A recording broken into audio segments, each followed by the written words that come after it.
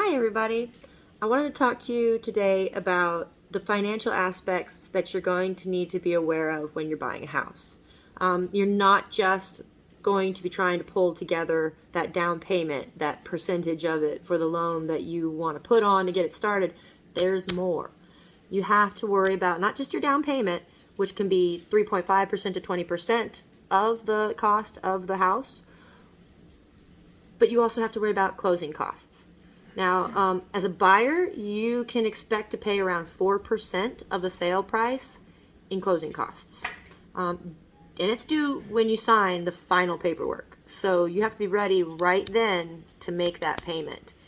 Fees. You don't want to forget about the additional fees related to inspections, appraisals, loan paperwork processing. These may be due at closing as well.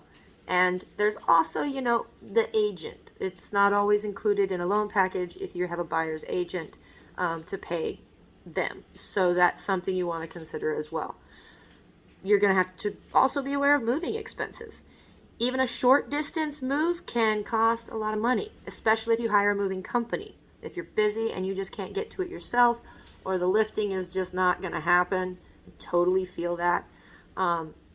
Moving long distance often costs thousands of dollars. And I've done this a few times, and let me tell you, boy, does it. So be sure to include these expenses when you're saving, when you're preparing for what it is you want to get.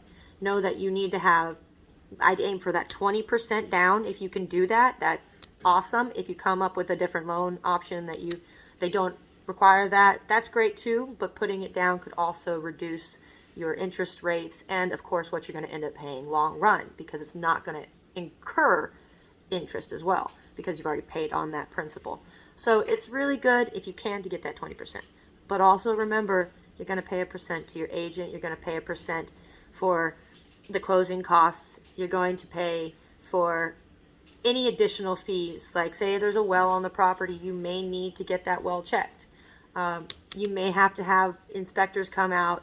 You may waive appraisals on certain occasions, but if you're not planning on waiving an appraisal, or you'd rather not, to save yourself not knowing about something sketchy when it comes up, like let's know ahead of time as best we can. We hope that the inspectors and appraisals are going to find all those things for us.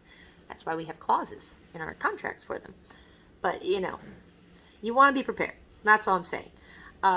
It can take time. Sometimes you've got to have a lot of determination and a lot of discipline. Sometimes it's just skipping that Starbucks coffee every day, because I did that for a minute, and I'm pretty sure I could have a down payment if I just avoided that for a couple of years. I'd have a full down payment. They aren't that cheap at drinks. But just little things. If your goal is, I'm going to need to get into a home, I want to be in a house in 2022. We can do that. You can do that. Anything that's on your credit, we can address it. It can be fixed. We can take care of these things. But also be prepared while you're fixing your credit and doing those things to save up for those final costs. You don't want to get to the process and then find out you can't finish it when you're in love with the house that you're trying to get. So, you guys have a great day. I may try and do some more of these later. I got a lot of good information in my inbox this morning, and I figured I could share some things. All right, guys. Bye.